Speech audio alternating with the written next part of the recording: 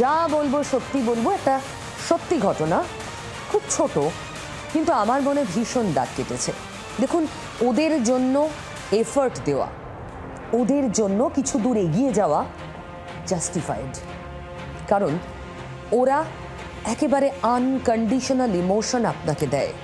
হ্যাঁ অবলা, আমি এক ছোট্ট বেড়ালের কথা বলছি, পিকুর কথা বলছি। পিকু হারিয়ে গেছে, পিকু হারিয়ে গেছে, তাই মন খারাপ।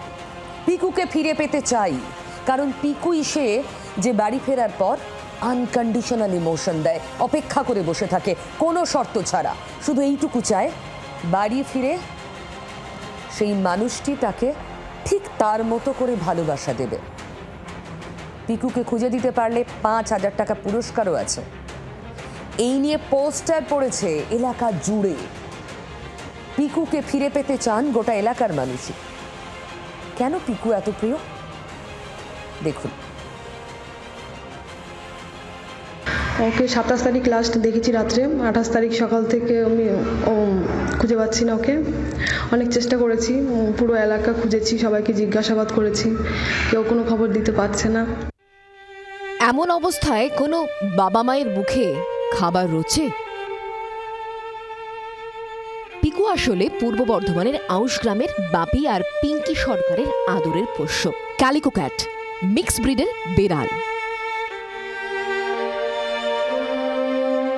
বয়স মাত্র 1.5 বছর। বাড়ির সকলে নয়নের মণি, কেউ টের পায়নি।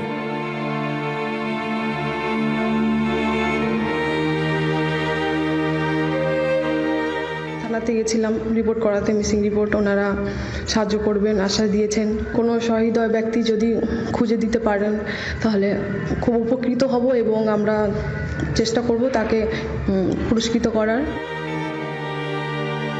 নিজের ছেলের সঙ্গে পিকুকে কখনো আলাদা করে দেখেননি সরকার দম্পতি। সব সময় পায়ে পায়ে ঘুরঘুর করত।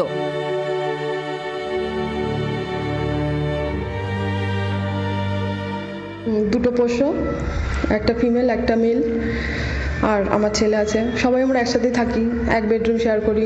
খাওয়া দাওয়া বলতে ওরা ক্যাট ফুড, তারপর চিকেন, এগ, ফিশ এগুলোই খায় বয়েল।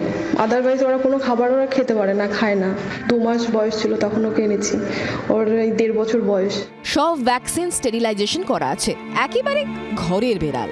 বাইরের দুনিয়ায় টিকে থাকার ফর্মুলাই ওর জানা নেই, সেটাই চিন্তায় রাখছে সরকার দম্পতিকে।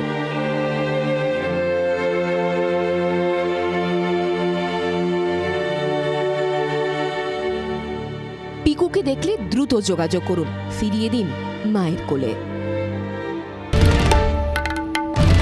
বাংলার আওয়াজ, বাঙালির আবেগ, জি 24 ঘন্টা।